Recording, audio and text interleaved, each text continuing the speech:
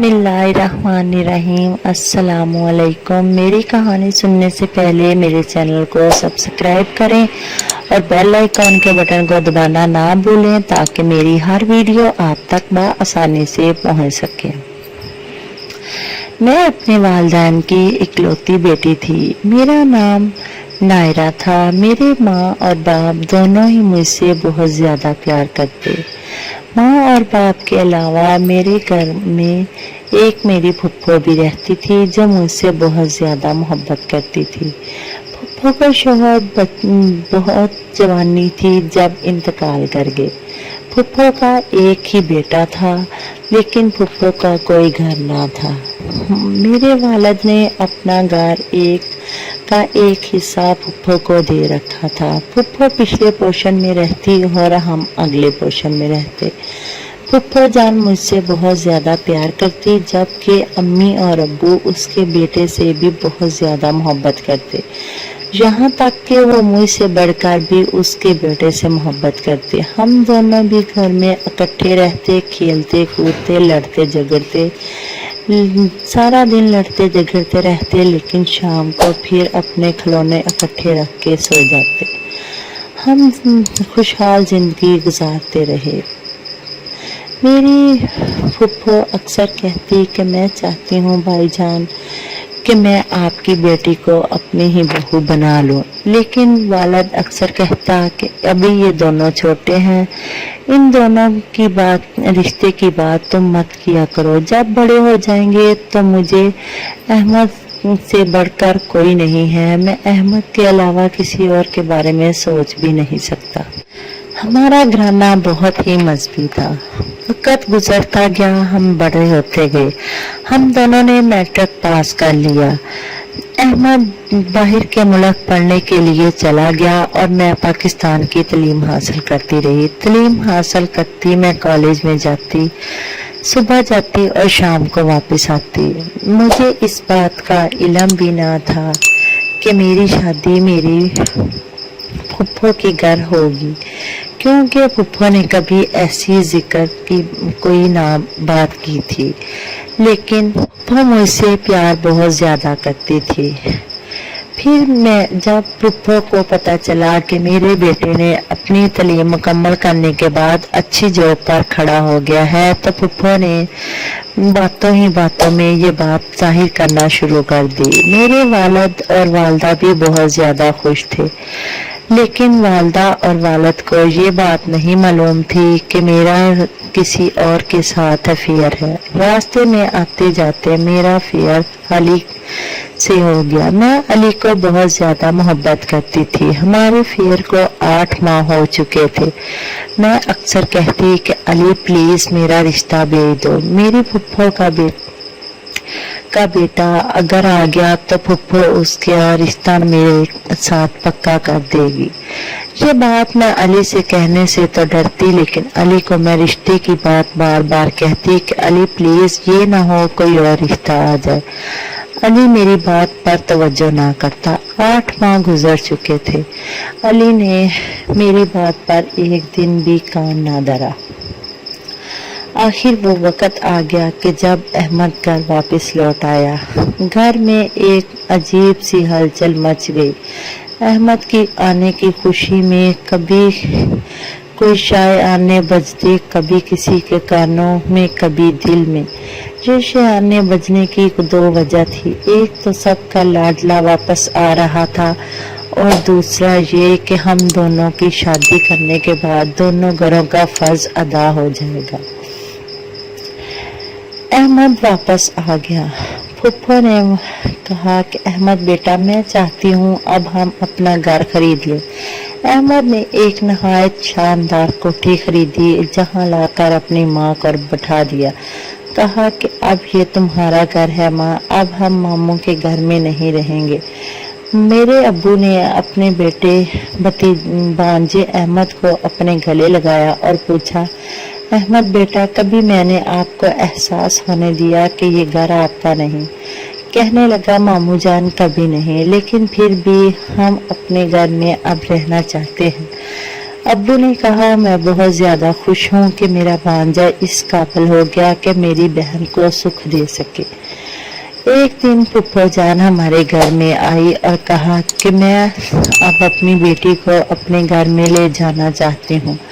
अब्बू और अम्मी ने कहा कि हमें तो पहले भी कोई एतराज ना था, तुम ये बात अपने जहन से निकाल दो कि हम गरीबी की वजह से कहते थे। हम दोनों सिर्फ इस वजह से कहते थे कि वो दोनों बहुत ज्यादा छोटे थे। अब वो बड़े हो गए हैं, बालिग हैं, जिस दिन चाहे मंगनी तो क्या तुम आकर ले जा सकती हो अपनी बेटी को, हमें कोई एतराज नहीं।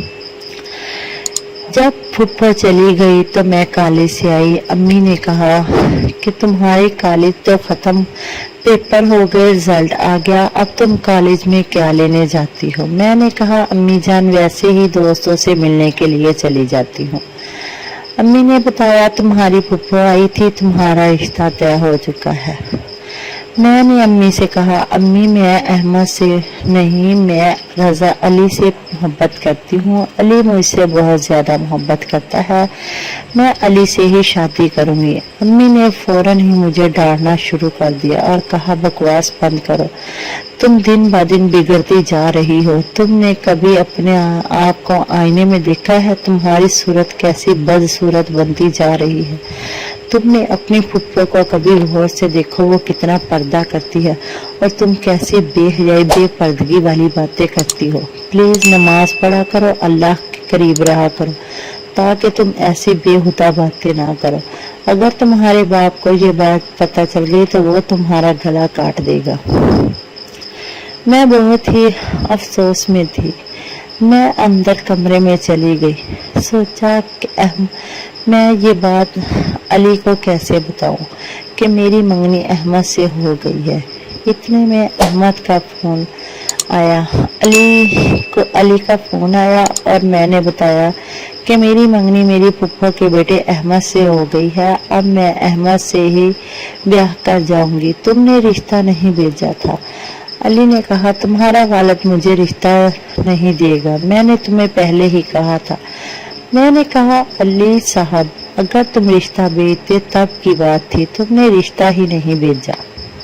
अली ने कहा, प्लीज अगर शादी नहीं करनी तो एक दफा आकर मिल जाओ, क्या होगा, हमारा निकाह ना होगा, हम दोनों मियाँ बीवी का हक अदा कर लेंगे। मैंने कहा, नहीं, मैं ऐसा हरगिज नहीं करूंगी, प्लीज मुझे आइंदा कॉल मत करना, इतनी गलत बात अगर कर रहे हो तो प्लीज मुझे कॉल ना करना, मैं अपने माँ बाप की इज्जत को रोंदना नहीं चाहती।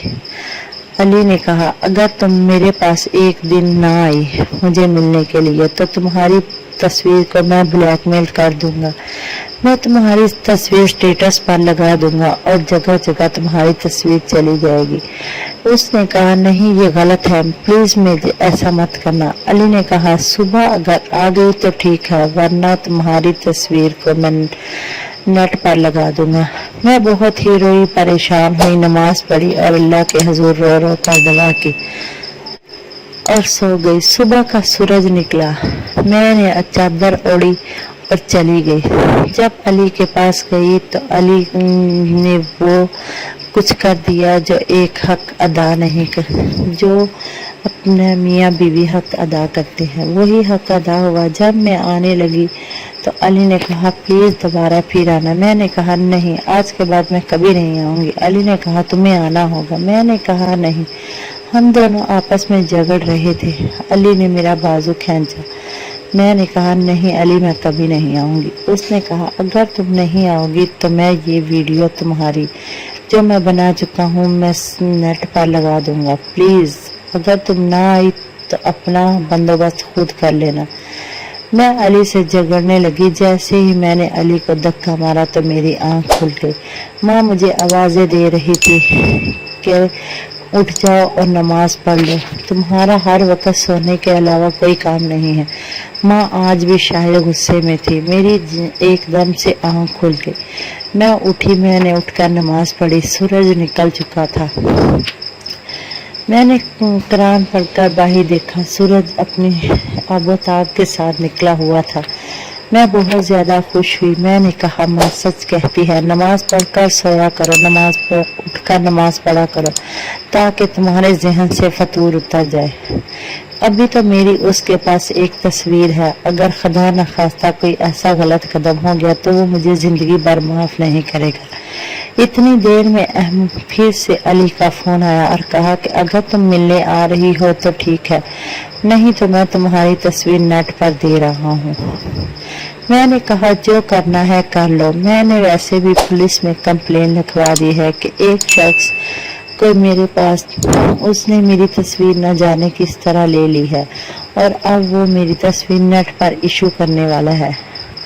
आजकल वैसे भी ये आम बात है, इसलिए पुलिस पकड़ रही है। तुम्हें पुलिस आकर खुद ब खुद पकड़ लेगी। तुम जानो और पुलिस, मेरी तस्वीर अगर देनी हो तो दे दो। मैं तो यही चाहती हूँ कि तुम दे दो ताकि तुम्हें पुलिस पकड़ कर ले जाए और तुम्हारा हमेशा के लिए दुनिया से पत्ता कट जाए। अली जोर जोर से पुकारने लगा, नहीं नहीं, प्लीज कंप्लेन को तुम वापस ले लो, मैं तुम्हारी तस्वीर को कुछ नहीं करूंगा, प्लीज मुझे माफ कर दो, आइंदा मैं तुम्हें कभी तंग नहीं करूंगा, लेकिन मैं चाहता हूँ हम दोनों की शादी हो। मैंने कहा अल्लाह हाफिज, मैं अपने ही कजन की बीवी बनूंगी और अपने फुफ्फो की बहू, आइंदा मुझे कॉल मत करना। ये कॉल कहकर मैंने काट दी। आप भी नमाज पढ़ा करें, अल्लाह के हजूर झुका करें, माँ बाप की बातों को तवज्जो से सुना करें और अपने बड़ों को देखा करें कि वो किस तरह जिंदगी गुजार रहे हैं, उसी तरह जिंदगी गुजारा करें। कभी कभी एक गलत कदम सारी जिंदगी के लिए गलत कदम हो जाता है। मेरी कहानी सुनने का शुक्रिया। मिलेंगे नई कहानी में नए सबक के साथ। अल्लाह हाफिज।